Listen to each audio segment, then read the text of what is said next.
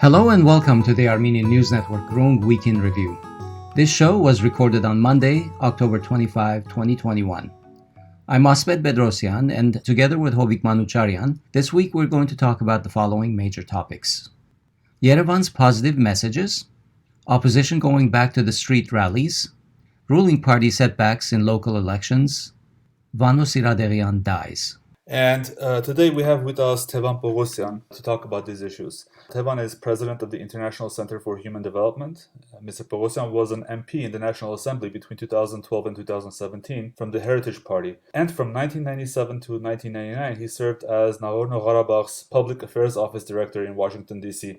Hello and welcome back to our show, Tevan. Hello, Tevan. Hi, everyone. So to begin with, let's talk about these positive messages, in quotes, of course, to Baku. On Wednesday, Armenian Deputy PM Meher Gevorkyan's team again met with senior officials from Azerbaijan and Russia for negotiations towards restoring their rail and road links, as stipulated in Point 9 of the November agreement that ended the hostilities of the 44-day war. Grigoryan said that progress was made, while Azerbaijan's Foreign Minister Ceyhun Bayramov said that there were positive messages coming from Yerevan. Aliyev actually went further to claim that Armenia has agreed to the so-called, quote, Zangezur corridor, unquote. Also, Azerbaijan released 5 more Armenian soldiers taken prisoner during or shortly after last year's war in Nagorno-Karabakh. Then, on Friday, October 22, Tatul Hakupyan from Alik Media, as well as the Russian news medium RIA Novosti, reported that Aliyev and Pashinyan will meet in Moscow on November 9, the one-year anniversary of the capitulation in Artsakh, in order to sign 2 new documents under the mediation of Vladimir Putin. According to the reports, the 2 documents are: the first document, it will cover the delimitation and demarcation of Armenia-Azerbaijan border. Hakopian claims that the delimitation and demarcation will be done based on the 1920s maps, which is an interesting factoid out of this news report. And the second document, which Hakopian claims is nearly 100% agreed upon, will cover the so-called unblocking of roads and corridors. To add to that, Armenia's government has been expressly quiet and has not responded to many of the press inquiries about these statements, with the exception of stating that a meeting with Pashinyan and Aliyev is, quote, not being planned, unquote. And sorry for my excessive use of quotes, but I just want to make sure to get the right point across. So Kremlin's Peskov, who is Putin's spokesperson, also responded to the news of the possible agreement by saying, if such an agreement is reached, we will inform in due time. Very reassuring. Okay, so Tevan, what is your interpretation of what's going on? Is there, in your opinion, a consensus on documents to be signed on November 9, or is there more than meets the eye here, and maybe there's some public gesturing going on? You know, we're talking about something which is truly unknown, and you can put any guess on anything, because whenever you're saying positive steps, it's always coming like positive for whom? The first question. Yeah. Who make that assessment that it's positive or not positive? Where is the real scaling of or gradation of the checking how much positive? Is it positive only for 3% for Armenians? Is it positive 97% for Azerbaijanis? Is it positive for, I don't know, something for 100% for Turkey? Or it's positive for Russia, or it's positive for United States, or it's positive for China or Iran, I don't know. We're talking about something which is in reality, for me, should be compared to something which is called like Armenian positivity versus Azerbaijani positivity. Mm-hmm. Now, when Azerbaijan is saying something positive, do they feel ever that they change as a nation, their thinking and their think that to their previous policies, like anything which is bad for Armenia is good for Azerbaijan? I don't think so that there is any change. That's why whenever Azerbaijani anyone is saying they see the positive steps, it means it's really bad for Armenian interest. Yeah. This is their inclination, because I haven't been seeing that, for example, Azerbaijanis changed their Armenophobic policy, that Azerbaijan returned back all prisoners of war, that Azerbaijan said that we're recognizing the right of Artsakh for self-determination. That's why I'm calling and recognizing Artsakh Republic and saying that let's come and negotiate on something, how we'll be living in the future. I didn't see that, for example, oh, okay, guys, if we're opening up the communications in the region, then let's just simply open up them and not going with the points talking about something in the terms of corridor. Or, for example, I will. You remember a few months ago I told you that, like, we would use our so-called ferrum hand to hit your head again. It was mistake. I'm really sorry. I'm Yeah, in a Iron full love Fist, with I all guess. Armenians. Yes, or something like this. So like all these parts of not taking place, and then there is the information that Armenia is doing something positive. And that's why we see there's some progress. When Armenian even today government saying some progress there, I'm also in a suspicion because I didn't see in Armenian, for example, today's acting government policy any discussion that they recognizing that there isn't such entity as Artsakh Republic. They're not using it. They are not Right. visiting Artsakh Republic. They are not speaking on the points of the like that Artsakh Republic has an occupied territories and we need to discuss it. They are not helping Artsakh Republic to present their cases. And for example, the latest stuff that we also can notice that there's a one very important institution in Armenia who starting for at least for the 1 year ago, if I will not even go to the something else, to producing fantastic documentations that Armenian government should use with the international community to show what's really Azerbaijan done. I'm talking about the Human Rights Defender Office. Right. That's right. And instead of that, we're seeing that, for example, Armenian government now assessing that, he's a problematic person and it's good that there are only a few months remain there. And they're That's starting right. to... Within this environment, what positive should we talk? That's why it's always coming to the issue, like when I'm saying positive, positive for whom? Positive in a which scale? On how percent? Is it positive only 50-50 for us? Then what is this discussion? Well, there's a deep lack of trust in what the government is doing. I mean, when they say that Azerbaijan has released 5 POWs, we would like to celebrate and be happy about that, but we can't because we're not sure what the government is doing and what it has compromised on the other side because there's not enough news as to what these discussions and these negotiations are trying to achieve, right? You are 100% correct, as I have been always saying that for any prisoners which is returned back to Armenia, Armenia pay price. It could be money, it could be territory, it could be something compromising, it could be something, but there is a price. And Absolutely. until you are not knows what is the price, we cannot talk about something serious. Like the only one that I can really make assessment is following that we knows that for returning 15 few months ago, Armenia passed the map. Now, if we're asking the experts of what is this map costing, meaning in reality for Azerbaijan, the experts will tell you like the price is about 100 million that Azerbaijan would spend, and it's about 10 years would demand from Azerbaijan to clean up that region out of the mine. Now, I can say that the price for us is 15 lives. I'm not going something else to say, but for Azerbaijan, it's meaning that they get something. Which is cost $100 million expenses and plus 10 years of time. Is it less? Is it equal? Is it worthy change? Is it correct? Is the all issues over which if we will not be really trying in the future to build our policy based on the real evidences, we would be always discussing such issues. Oh, see, like we see the positive steps, but I don't know when Azerbaijani Minister of Foreign Affairs saying positive steps for Armenia, what's really mean for Armenia that. And that's why it's really a lack of untrusty situation. It's really the situation which is very warning. And I think one very important issue, if the signature is put it there, it's meaning that we selling out our rights, rights of our grandkids, rights of our children to take something. Now someone is deciding for the kids without understanding what kind of a consequences it would bring.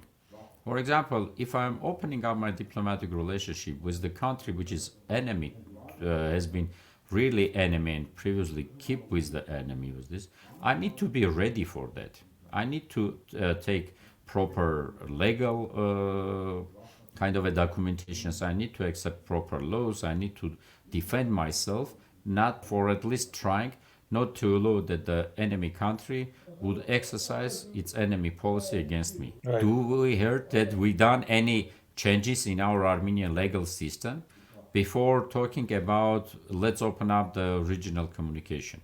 We don't know which maps, we don't know which routes, we don't know what kind of a conditions. We just know one word, for example, corridor. Right. Now, let me compare to the situation, for example, at least which is exists. There is a logic of Berdzor road, which is called Lachin corridor, which is controlled with Russians.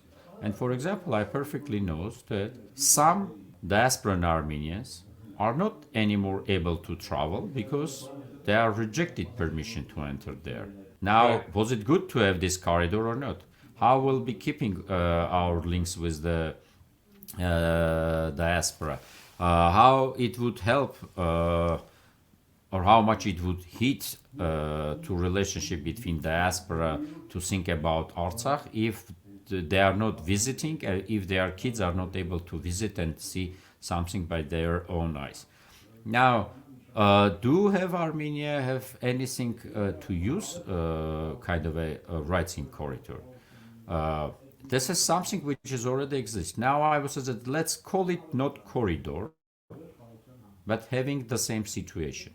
And we have it. In the document of November 9, on the ceasefire, there's a point that Armenia would provide access between Nakhichevan and Azerbaijan, and the roads would be controlled with the Russian FSB. border services, Right. or FSB.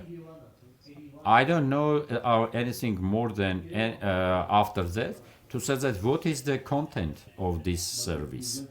Does this mean that Russian FSB would provide information to Armenians also? Who passed, what car, what was the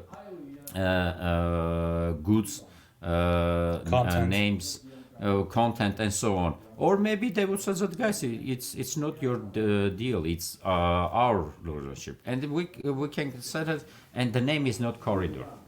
That's why corridor or not corridor, positive signs or not positive signs, I can talk when there is I know context.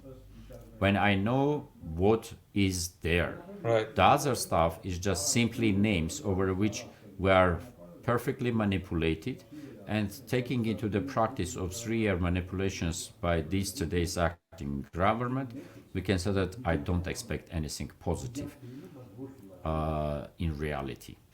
Would this document on November 9 be signed? Would there be 2 documents or even 4 documents? Do they have really something in reality positive for Armenia? Or it's only purely pro-Azerbaijani document? Or it's purely pro-Turkish document? No one knows, and we will not be even able to know until the context is not released. And this is only the first step, because one thing that when you know the context, the second point, how are you using that context? How are you utilizing this context? How are you really fulfilling? We perfectly know the even wording of November 9 document of 2020. Yes? Like on ceasefire. Yeah. They've been a point over which they said that the militaries stopping at the points where they are. Now, I remember what was the map on November 9 to 10, 2020.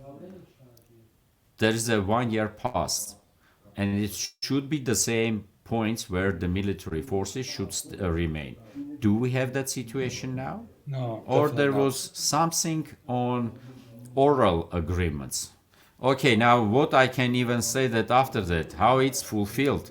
That's why, guys, there are so many questions over which the easiest solution, which you one could at least wish for its future generations, is at least, guys, not sign anything. Yeah. This should be the approach. Don't take out our rights for the passing something positive. Let's work on building up a new unity in the nation, to think about getting stronger, and then we would exercise our rights. But Right. anything that you would sign, it would kill the rights not only for us now, but also for the upcoming generations of Armenians to live in their homeland. The problem, Tevan, is that we don't know exactly what they're discussing. This is, I guess I'm repeating myself, but we have to deduce what they may be talking about from peripheral information. So, for example, the fact that when everybody was talking about meetings, there were three different opinions. Armenians said, we are not going to be meeting in Moscow. Peskov said, we will tell you when there's information. And Azerbaijan said, yes, we are going to be meeting in Moscow. So from this, you start deducing that they're probably discussing how to meet in Moscow. But none of the three parties have said anything about Artsakh. So it's almost very clear that nobody's discussing status situation. Yeah, that's interesting. Yeah, and you know what is interesting? That's how the information has been leaked. This is also a very unique message. Why Yes. this particular day? And as I remember, Tatul Hakopian has promised that within few days he would try to get more informations and even provide. I hope that Tatul would really at least do that part for nation, and as much as he would learn, he would also share, because this from now on, this information is for everyone, and maybe there is a need for the joint national some actions that we need to take. Because I don't know, would it be on November 9, November 10, or December 21, or even meeting in 2022, or I don't know when. But we perfectly need to be sure what is there, and I said it as a context. And second, we need as a nation believe that even if there is something in the context written, we are really able to fulfill it to get something positive. Why is there so much secrecy around the negotiations? What is the purpose for the government to withhold so much information? That meaning that they're perfectly understanding that it's not something perfect. Because imagine if in the context written, Armenia and Azerbaijan recognizing Nagorno-Karabakh Republic or Artsakh Republic within its borders. Do you think that any government would keep it secret? No, but there is no such point. Armenia and Azerbaijan jointly recognizing that Azerbaijan violated all human rights and they need to pay all the money, go out and free the occupied territories. If there is a such point, do you think that the Armenian government will not inform us? Right, right. That's why I'm saying that something is there in a problematic issues. And for me, it's not simply that information has been leaked specifically for by the today's government issue. Because if I'm not mistaken, the news agency which is operating in Georgia or established in Georgia, they have a very good links with the United States. Maybe it's their sources, or maybe it's other sources who something learned which is not fully agreed with the policy that Russia pushing. Yeah. In our region, we have a very, very difficult geopolitical situation and competitions. See, like U.S. policy on 3+3, they starting to initiate and talking and do something that 3+3 situation or like Turkish proposal will not work. This is also a part. Or I'm not talking even about that Armenian interest is not at all represented in 3+3, and we need to go for this, vice versa. But there are other players whose interest is not also present there, and they knows how to defend their issues. The same way as Iran behavior in the recent days. I don't think that it has been Armenian desire or ability to organize that Iran would stand so strong for no changes of any other sovereignties or border changes in the region. It has been in Iranian interest, and they learned something that is going on, and they stood it for this right. I think out of all these changes, we need to perfectly understand that it's not simply Armenia, Azerbaijan, and Russia situation that we have now. It's a situation which is, yeah, other players trying to, and unfortunately, I think the less prepared society for facing this situation is Armenian one, which meaning we are in a weakest position. And let's remember also the words of Vladimir Putin when after elections Pashinyan went to Moscow and he said that I'm congratulating you. You have now trust of your population, and this is a time to take painful and right. hard decisions. Difficult now, decision, yeah. For Armenians. Yeah, sometimes words which is pronounced months before could be the real opening keys to understand the situation now. Tevan, before moving on to the next topic, I think this is a very important key point in terms of other world powers. So, one of the things that Russia recently said is, or Putin actually said himself, is that only Armenia, Azerbaijan, and Russia are needed in order to solve the issue of at least delimitation and demarcation of maps. But I think he also meant the Armenia-Artsakh conflict.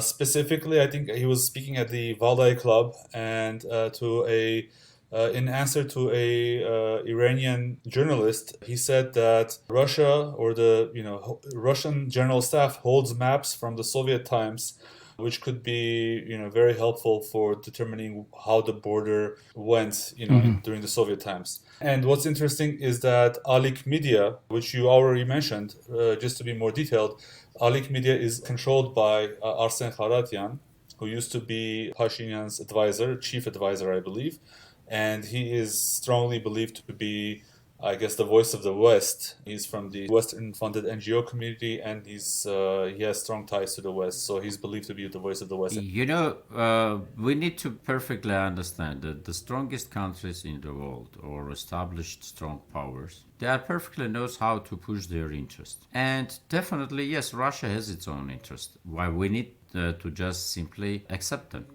the same way as US has its. I remember during the war, Trump said that, Karabakh conflict, it's easy, I can resolve it in a few seconds. Maybe, I don't know. Or sometimes friends saying similar things, or maybe others would wish to do. The most important issue is here how Armenian diplomacy could really take that in any solutions or in any geopolitical changes before the new status quo in the region would be established, Armenia be able to keep up its interest, defend its interest, and know how to make that any solutions for the next day is not on the price or is not on the sake of Armenia done. Because we perfectly see that even 100 years ago, we have similar situation against solutions for the sake of our on the price or taken out from Armenia solutions has been always there. We need to perfectly understand how to play now, and if it's not the play to blame strong powers, but we need to understand how to play with them. And if we're not understanding, the blame is only ours. Not blame Russia, not blame America, not blame France, not blame anyone. Turkey and Azerbaijan perfectly saying that, guys, we're your enemy. We need to destroy it. That's why I'm not blaming them with any policy that they're doing. I need to blame me and finding where is my mistakes, which I'm not able to defend myself. Even perfectly knows what they're doing. This is the point. That's why I'm not even taking this on the point that, Russia is doing something secretly. Definitely Russia would do something, be it secretly or not secretly, only for the sake of Russian interest, not for the Armenian or Azerbaijani interest. And they've been pretty transparent about that. Yeah, that's why let's think and target real points over which we need to play, not the others. And very briefly, before we go to the next topic, Tevan, I wanted to get at that Valdai Club. Putin made a reference to the Soviet maps and the general staff. I don't mean to speculate, but I must ask this question. I think most of the most recent Soviet maps do exist. And Tatul Hakopyan's article mentioned that the delimitation and demarcation may be based on the 1920s maps. So if that is the case, could we assume that maybe Putin really did mean that actually, and I've heard several different reports where, the Soviet General Staff has maps that no one else has and they're not public from the 1920s period that would be useful to solve the delimitation and demarcation. If that is the case, do you know what the big differences are between various timeframes in the 1920s, and what specifically is made the arguments be Yeah, about and the in next terms of the and the borders? other set is the 1970s set. Okay, see, first of all, if there is existing 1920s maps or it 26, 27s, maybe soon, because in reality, Armenia, Azerbaijan has been Sovietized in 1921, which meaning that any maps with the borders has been only after that try. And I don't think that the general staff of that times maybe would keep such detailed maps as like someone. But the main difference is that Armenia was bigger in 1920. And when I've been Karabakh representative to the United States, from the US Congress Library archives, I took some maps of that period just because it has been very interesting and they are available there. When the whole Lachin region is a part of Nagorno-Karabakh Autonomous Oblast, Right. and Armenia and Karabakh has a joint border. Now, if this is the port, that imagine that you can get something back. If this is the maps, then maybe it would be much better. And definitely, I don't know if Russia was able to convince now Azerbaijan is going back to these maps demarcation lines, then something positive could be for Armenia. But this is the Not just point. Lachin, right, but also Kelbajar was in part of Armenia. The territory is the fact that there was a point over which, like Kelbajar and Lachin, how it has been divided later on. Some part of this, some part of that has been coming and joining Armenia. There are maps even in the Library of Congress, and then anyone can go and check Karabakh maps and view those times. And honestly saying, they are also available on the internet now in the Facebooks and everywhere. You can find 1,000 versions of the maps that could be exist and could be utilized. But we need to take seriously if today even Armenia on oral agreement has given the parts which has been the Armenians of 1920, which meaning that today's Armenian government are not even accepting the latest maps, which is in a favor of Azerbaijan. Right. And that's why Putin, besides of that, said that we need to use the maps, but we need to perfectly understand that you cannot now live with these maps and maybe something should be given from the other part, something should be added in the other places, which meaning that even changes with this should be in a proposal logic existing. We pick up one sentence forgetting about second sentence. And this is, for example, sometimes problematic on understanding that issues. But definitely, I don't believe that we would be having any success in this process with this government. Sorry. Now, All right. again, I'm saying that there are something like this, and maybe the logic of 1920s maps has been also specifically put it for Armenian nations that, like, guys, live a bit calmly, don't do anything. Because something positive could be there. Where if this is positive for Armenia, do you think that Aliyev would say that he saw the positive steps from Armenians? Yeah. Okay, let's move to the next topic. Just prior to this weekend, the Armenia Alliance announced that it will begin organizing street protests against Pashinyan's government because they're making additional concessions to Azerbaijan in the negotiations we just talked about. The main parliamentary opposition group said that they believe that Prime Minister Pashinyan is ready to concede more Armenian territory and agree to a land corridor from Azerbaijan through Sunik and onto Nakhichevan. These claims are, of course, backed by Aliyev himself, who insists that he will open a quote-unquote corridor through Armenia by force if necessary, and by Iran, who says that the agreements envision a potential change of the border between Iran and Armenia.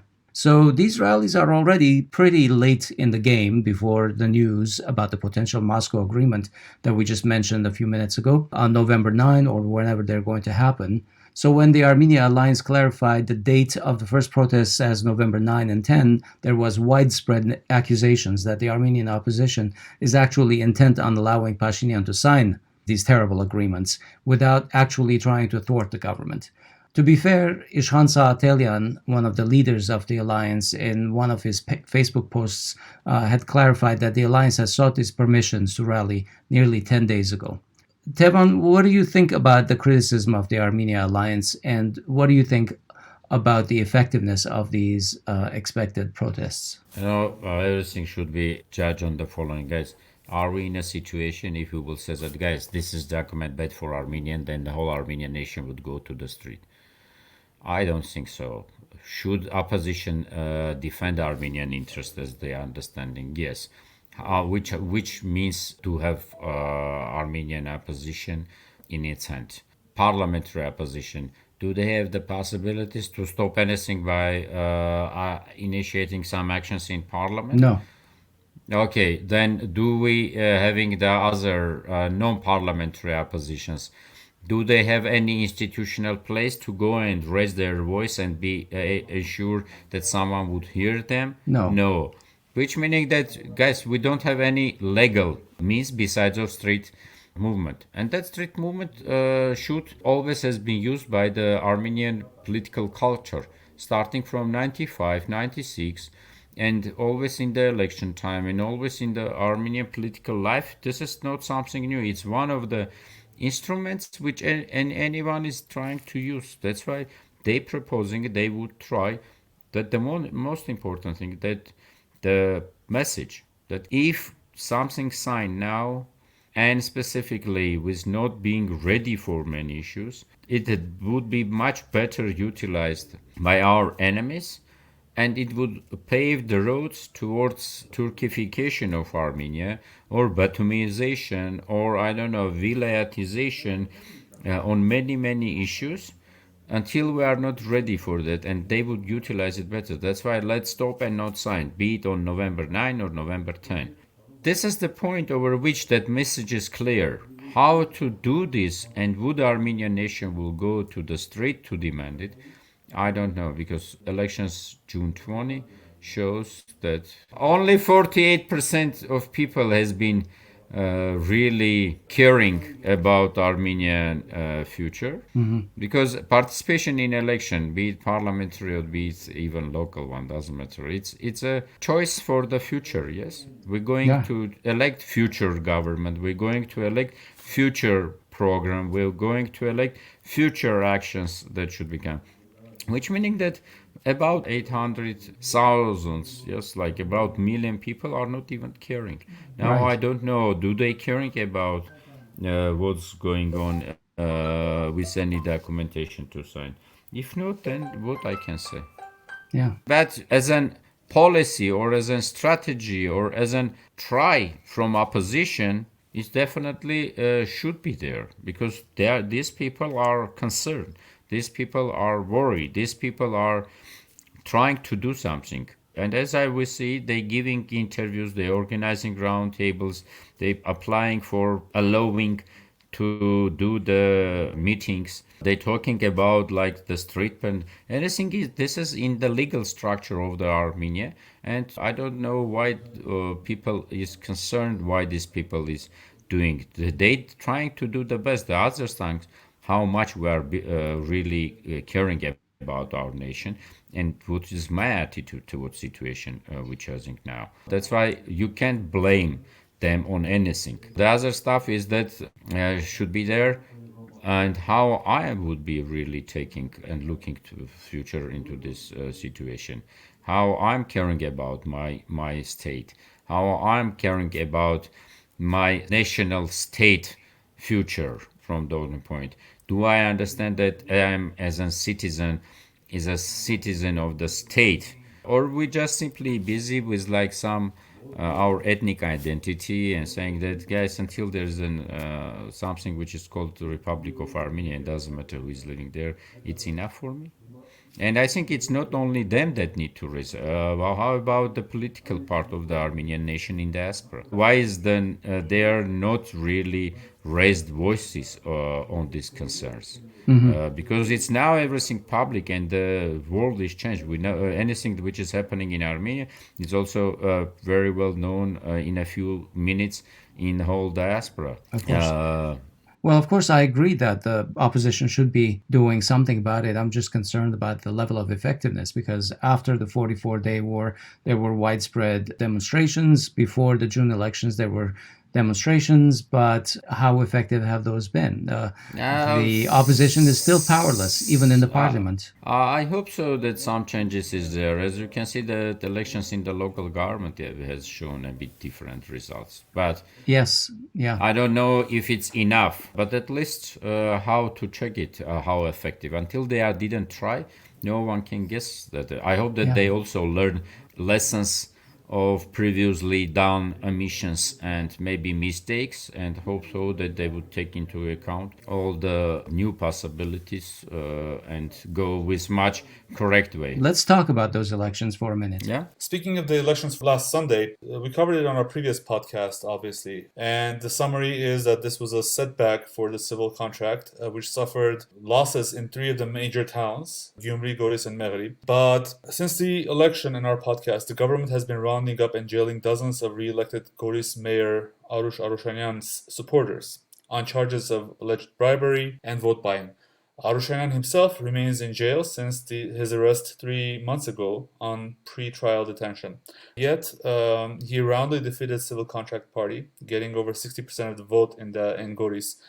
At the risk of beating a dead horse, because we already covered this as we said, and because Freedom House has already deplored Prime Minister Pashinyan's degradation of democratic norms, what are your thoughts about the current state of Armenia's democracy? For freedom of press, reporting on the government, to freedom of expression towards government officials, to terrorizing opposition officials and supporters, and more? I think at least if we would be having a statesmen in Armenia much more, it would be maybe good idea for them to understand where we need to go. When we are saying Armenian democracy or the level of Armenian democracy, is it only election?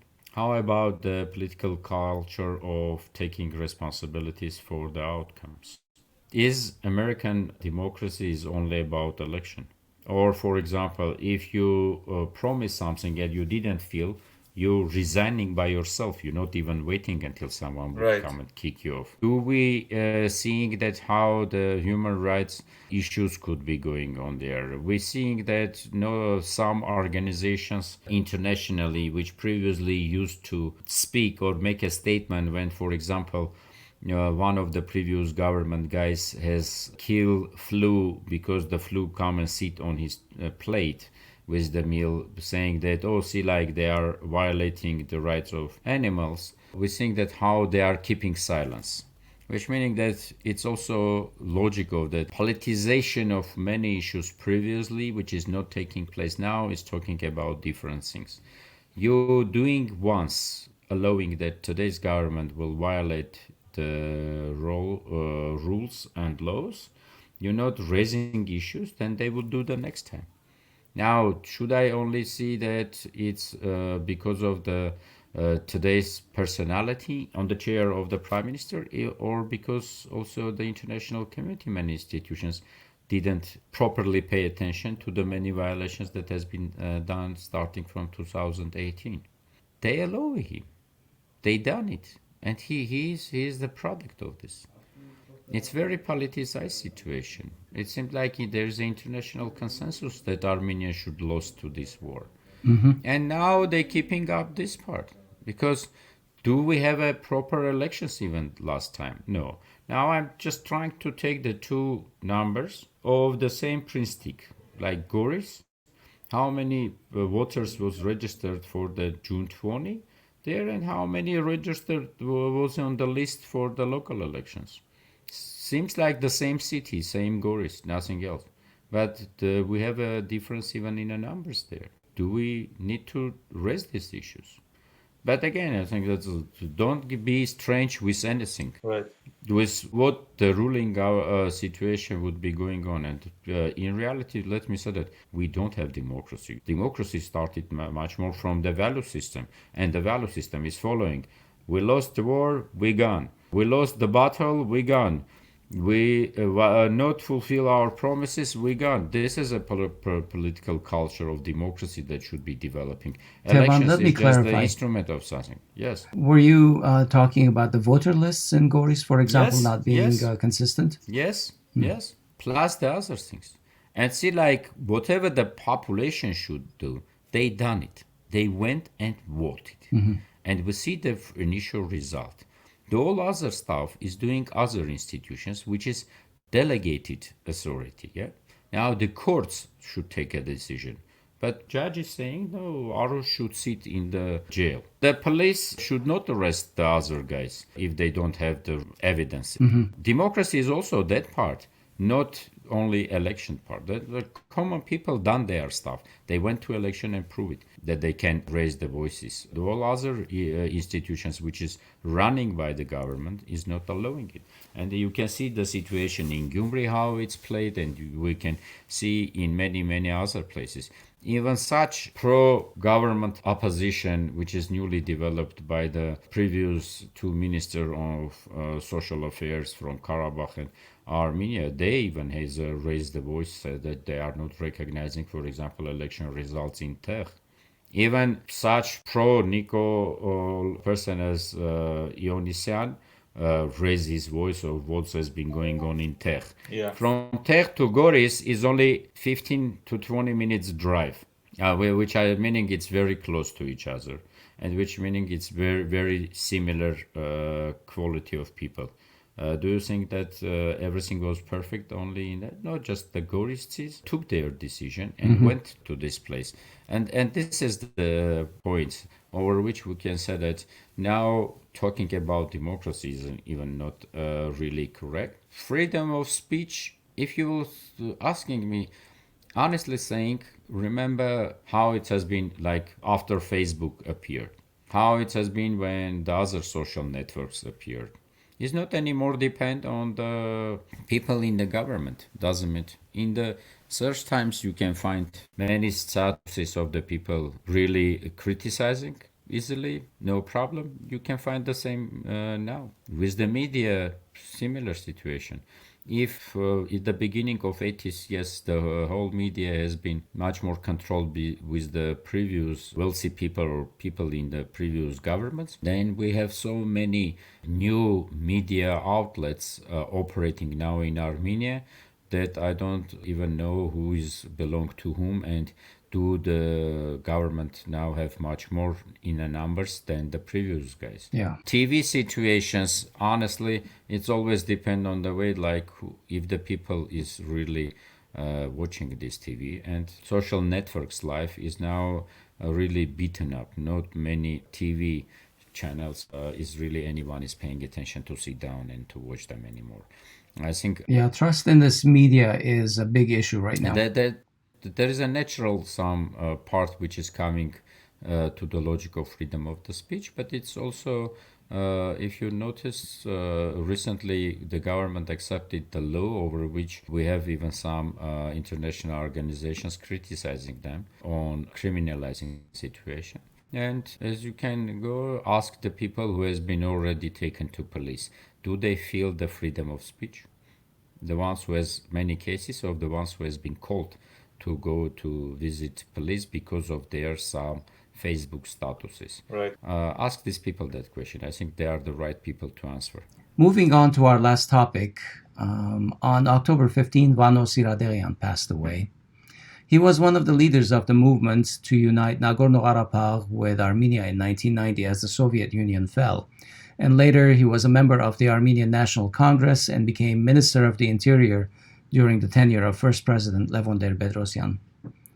He was regarded as a corrupt henchman for Bedrossian and fled the country in 1999, soon after Robert Kocharian was elected president, and resided in exile ever since. He was a wanted man by the Republic of Armenia and sought after by the Interpol. Tevan, you were around in the 90s, obviously. What do you think is Siradeghyan's legacy? Oh, first of all, I would say that traditionally there are some maybe national value or something like this which is working permanently. My dear, you die, we will all love you. Knameri Riegur Sirem. This phenomena has all be present during this time because I can say that so many guys who start to raise the issues ask them even about the literature legacy of Vano Siradeghyan and how many times you read Vano. His literature even parts, not science.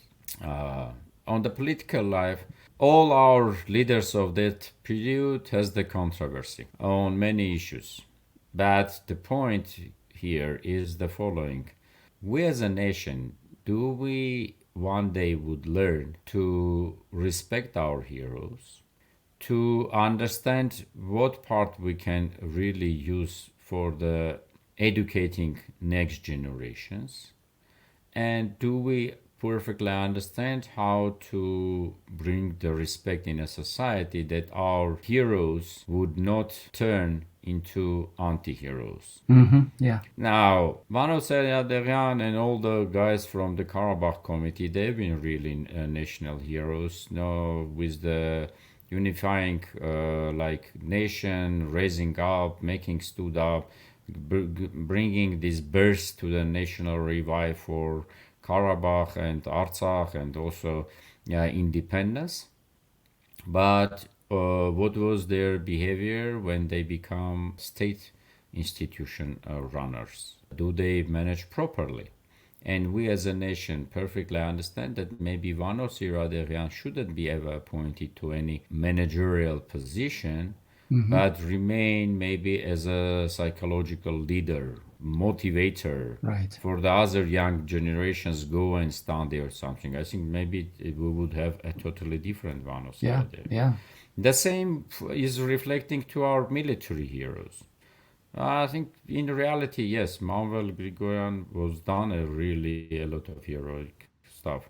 But do we has been caring and perfectly understanding what steps we should take that he will not turn into the Manuel of the after the 2000s, like something like this. We're not able to care about heroes and we don't know how to write. I think this one we have this kind of a really controversy, and unfortunately it was just used on another let's say divisions in the nation. Right. Because when I'm seeing how one group is attacking on someone who is speaking positive about one, or another one who is writing something negative has been attacked by the other ones. Now, I don't think that Vano really by himself would wish that even his death would be another divisional point for something. We need to just simply learn how to respect Vano because of his literature, Vano because of his motivation for the national inspiration, and maybe we need to understand how we need to really keep our calmness because of managerial position in the some state institutions, which is not really have the positive elements. And until we don't have the court decision, we always say that the court decision is the final. The legal procedure is that if you need to clean up your name, you're going to the court. We're always saying that until there is no court decision, presumption of innocence should work. Now, I don't know if these value elements of democracy would ever trade in our real life. But it seems, Tevan, that there were some answers we did not want to hear, and therefore we didn't want to ask some questions, right? Some say that if we were to have returned to Armenia and faced the charges and the court, then probably Levon Bedrossian would have had to flee Armenia. Why, in 20 years of exile, did he never return? And interestingly, on top of that, here's a wanted fugitive. He has passed away. How come the government that wanted him is now arranging the funeral for him? That is the inconsistency that I see as illogical and not based on interests of the state. This is the point over which I'm saying one day we need to learn and finally make it our national approach. This would be a really good opportunity to make this procedural understanding that, guys, if this is a real way of treatment, then the treatment should be for everyone. Then the same should be with the all other similar guys, and doesn't matter do we like them or not, do we have the something. Then maybe we'll learn not to have utilizing this is from the different side. This is the point over which it's, do the deaths serve to division, or do the deaths should serve to understanding the mistakes of previous times and maybe allowing us to find a new way. How many people somewhere is like once dying doing a heroic things and another time doing a criminal things has been treated differently because of this or the other changes in the government. And I think this should be stopped. Then maybe a lot of things would be. But from your point, but I perfectly understand that, yes, it's really unfortunate that Vano is not with us because he could provide a lot of information, maybe not only positive but also negative stuff. And historical clarifications. From another side, who we are to decide instead of God, who should live, how long, and when he need to go to the other world. But let's just simply say that let him rest in peace, but all other stuff, let's think into the future point, not into the past. And I think this was the logic that respect towards the counterpart is not exist anymore. Imagine with this government how many the others would be fleeing and not coming. I hope that next government will not do the same. Well, we are not here to judge. Yeah, that's right. All right, we'll leave it here today. Thank you, Tevan. Appreciate your joining us, and we know you're in Artsakh, so we're sending you a lot of good positive energy, and say hello to our Artsakhi brothers Yes, we and are. sisters. Thank you, Tevan. Thank you, mate. Okay, that was our week in review show, and we hope it helped you catch up with some of the issues in and around Armenia from this past week. As always, we invite your feedback and your suggestions. You can find us on most social media and podcast platforms or our website, groong.org. Don't forget to subscribe to our channel on YouTube, like our pages, and follow us on social media. On behalf of everyone in this episode, we wish you a good week. Thanks for listening, and we'll talk to you next week.